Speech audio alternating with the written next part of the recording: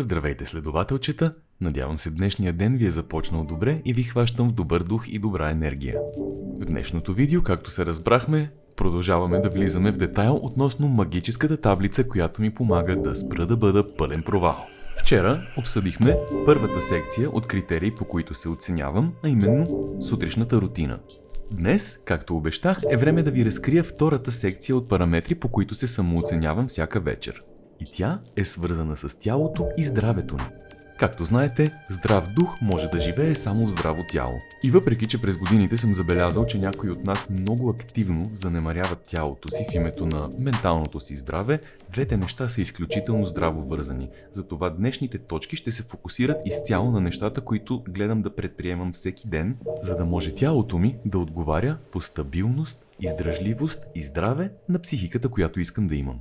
Преди да започнем, искам само да уточня нещо много важно. Параметрите, по които аз се оценявам в секция тяло и здраве, могат да са различни от това, което вие практикувате и това, което вие имате нужда и сте избрали за себе си и за вашето тяло.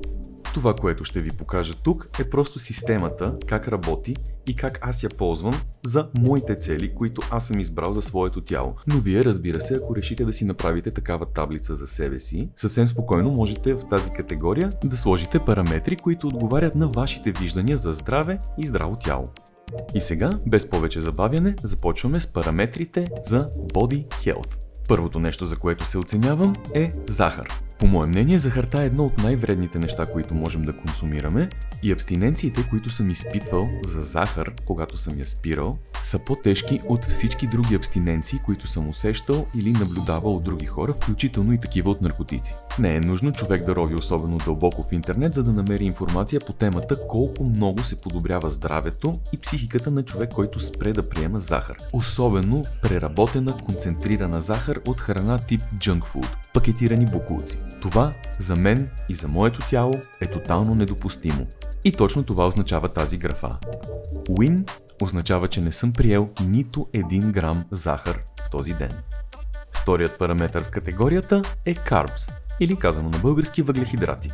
Хранителният режим, който съм избрал за себе си и вярвам, че е най-подходящ за мен, е малко краен. Нарича се карнивор или хищнически или месояден на български, което де-факто означава 0 въглехидратен режим. А тъй като всички растения съдържат някакво количество въглехидрати, реално погледнато на този режим единственото, което човек може да консумира, са вода, сол и животински продукти. Тоест месо, яйца, животински мазнини и като цяло това е.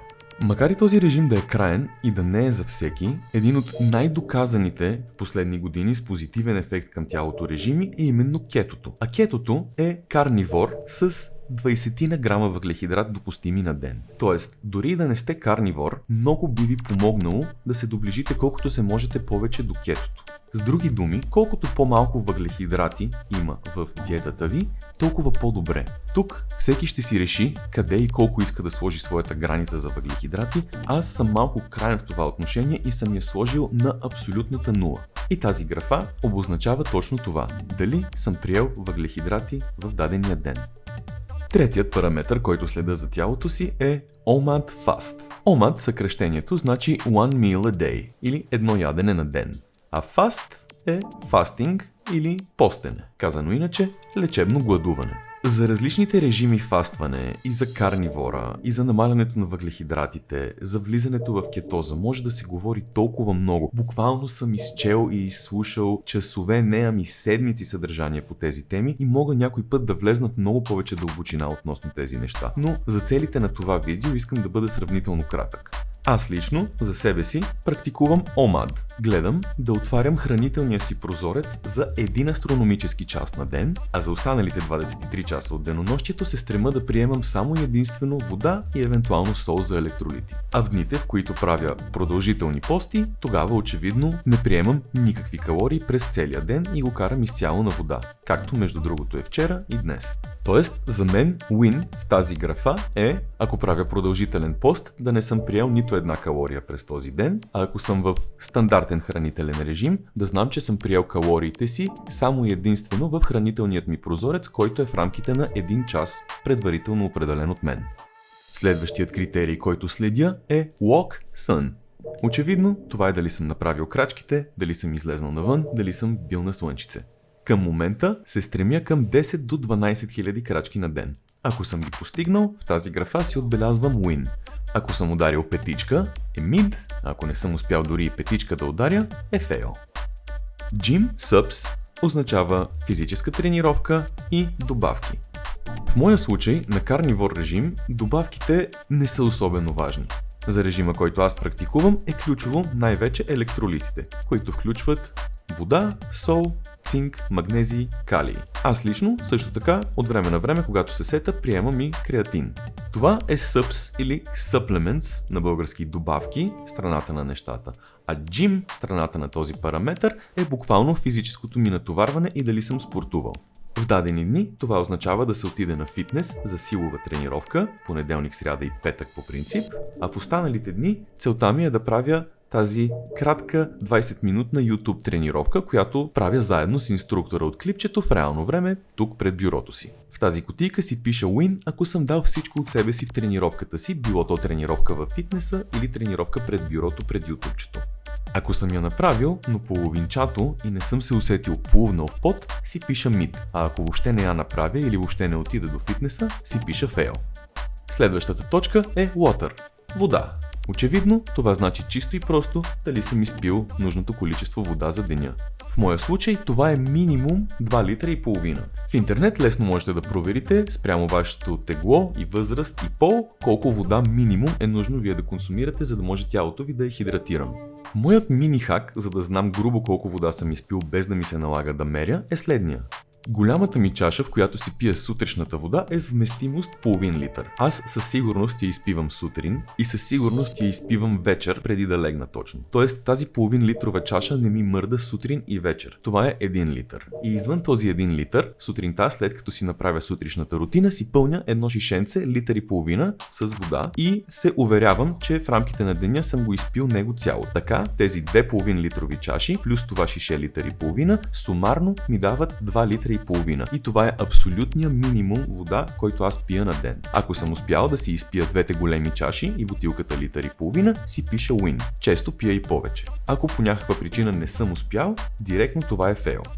Следващата точка, на която обръщам внимание, е съня. Всички качествени self-improvement видеа, курсове и книги, с които съм се сблъсквал, все някъде включват съня и това колко е важен той за цялостната картина, за цялостното здраве и усещане на един човек. Така че в тази графа аз оценявам дали съм спал поне 7 часа и половина. Ако съм успял да получа 7 часа и половина сън, си пиша Win в тази графа. За 6 си пиша Mid, а ако съм спал под 6 часа, си пиша Fail. Може да ви се стори нелепо или крайно, че съм го включил, но следващата секция, на която обръщам внимание, е FAP Porn. Както се досещате, става дума за гледане на порнография и мастурбиране. Това може да е тема табу за вас, но проучванията са еднозначни и има много такива. Системната употреба на порнография, особено от млади мъже, път след път е доказано, че има негативни ефекти както и на сексуалното, физиологическо здраве, така и на психологическото здраве и устойчивостта на връзките и отношенията между двата пола. Това е нещо, което дълги години не вярвах, тъй като съм дори бил на моменти и замесен в, нека кажем, индустрията, но с времето и с опита осъзнах, че нещата са точно така, както се казва в проучванията. И си признавам, че през годините, въпреки че съм имал късмета да имам изключително редовен и богат сексуален живот, това не ме е спирало от това често да се осамотявам вечер пред синкавата светлина на екрана. И макар и до ден днешен консистенцията ми в тази категория да не е перфектна, е нещо, което целя и нещо, за което се оценявам всяка вечер. Мисля, че можете много добре да си отгатнете какво значат Win и Fail в тази категория. Последната и може би най-важната точка в Body Health параметрите, на които се самооценявам, е Weed. Както знаете, джонката 420, всичко свързано с мен крещи 420. Години наред съм се борил редом с Liberty 420 за легализацията на марихуаната. Водил съм маршове, организирал съм събития, участвал съм в предавания, където съм защитавал марихуаната и правото на хората да я пушат. И въпреки, че все още съм против това марихуаната да е криминална, за себе си осъзнах, че не е нещо, което ми помага, а напротив. Това също е тема, за която мога да говоря страшно много и също така, ако скролнем таблицата назад, може да видите най-ясната корелация от това всичките неща, които следя, да падат надолу, когато марихуаната е фейл. Така че, колкото и да ми е тъпо, след над 20 години активно ежедневно пушене, да го кажа, то пичове, дяволската маруля не е за мен. И с това, приятели, приключихме тази значително по-дълга от предната секция. Вече знаете за моята сутрешна рутина и за моите body и health цели. В следващите два епизода ще ви покажа и оставащите две категории от параметрите, по които се самооценявам всеки ден. Също така, до вечера очаквайте апдейт, за да видите как съм се справил днес, сряда, 15 април. Стискайте ми палци да продължа зеления си стрик, а аз стискам палци на вас да сте добре и това видео да ви е било полезно.